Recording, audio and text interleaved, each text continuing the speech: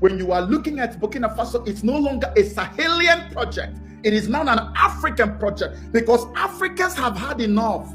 Africans are tired. You cannot keep taking our natural resources and tell us that the highest royalty paid to any nation in Africa on their natural resources is 5%. 5% royalty.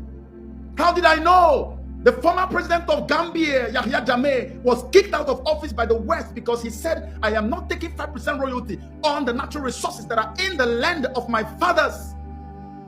They say, why? He said, how can you give me 5% royalty? Are we not supposed to have an agreement on how this is done? Are you not supposed to come into partnership and tell me what you bring to the table? I'll tell you, okay, I own this, you take this, I take that. No, you don't have that right if you are in Africa. They told him, Mr. President, you should be happy because the 5% we are offering you, there are only 3 countries in Africa that have up to 5%. The rest are lower. So Garland, we have less.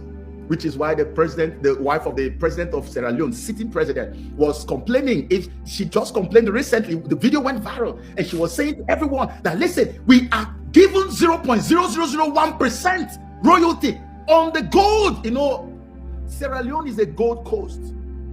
It's a gold coast. But if you visit Sierra Leone today, it's like a shithole. Pardon my language. Sierra Leone is a shadow. It's not even, you can't even find where to put your feet. So backward, so messed up, so devastated economically. But if you imagine if the gold in that country was being nationalized the way Ibrahim Traore is nationalizing the wealth of his country right now, everybody from Sierra Leone would have been living so big, you won't see any one of them going to queue for visas to travel anywhere. This is what is happening to countries in Africa. And this is why every African diaspora must pay attention and must back what is happening in the Sahel. Because if we can consolidate and hold down what has happened in Sahel, many more victories will roll in. If we let them touch any one of those guys, we are done. Psychologically, they will weaken us. And you won't see any revolution anywhere again. But thank God for the gift of Russia in times like this. I believe that the rivalry, or not even the rivalry, the animosity between Russia and the West was created by heaven so that we can have our freedom. So that's why today it is not easy for them to take him out like they would have before. He wouldn't even have lasted 2 years in power. He's been there for more. And so much is happening in Burkina Faso.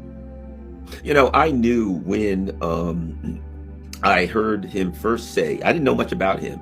And then the first thing I read, I was reading it, he said, you know, he was in Russia and they had, it was like an Africa summit, and various African leaders were saying things. And when what he said was, what, they were asking for help and things like that. And what he said was, why are we going around the world begging when we're so rich? And I knew, man, this